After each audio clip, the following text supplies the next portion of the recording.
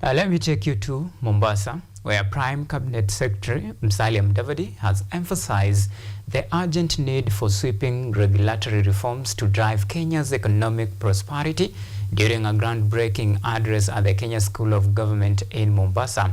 And as Anyango Silva explains in the following report, the conference underscored the importance of regulatory coherence and collaboration among stakeholders to create a business-friendly environment that fosters transparency and economic growth.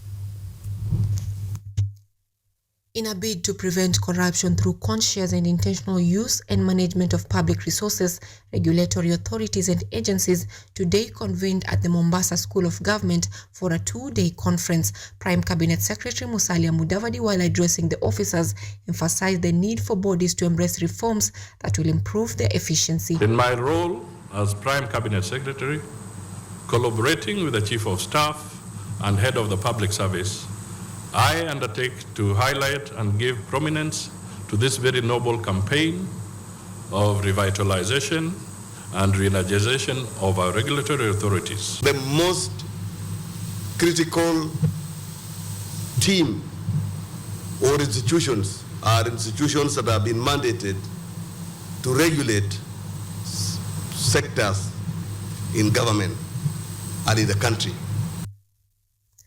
The regulatory bodies were encouraged to promote business competition by creating a conducive environment to enable the private sector to thrive rather than promoting monopoly by supporting a few individuals.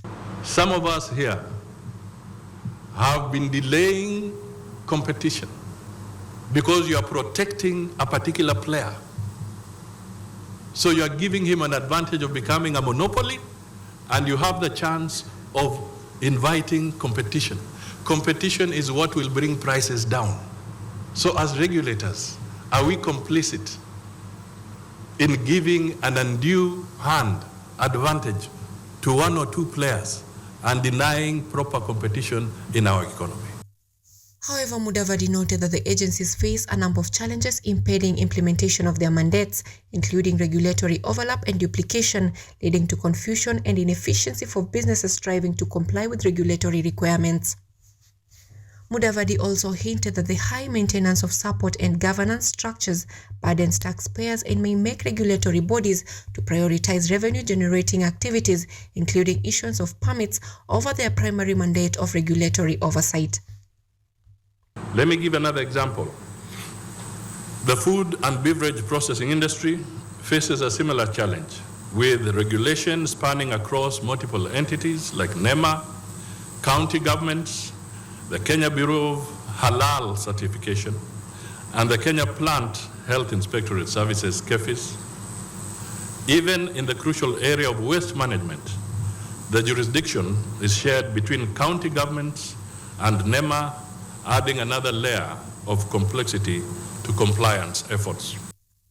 According to Mudavadi, the challenges can be addressed through enhanced coordination among regulatory authorities, investment in capacity building to empower regulatory workforce, embracing regulatory reforms to reduce regulatory burden, and leveraging in technology. Mudavadi's call to action was inspired by insights gained from India's infrastructure achievements, including discussions with key ministers on innovative technologies for addressing regulatory challenges. Anyango Silva, KUTV.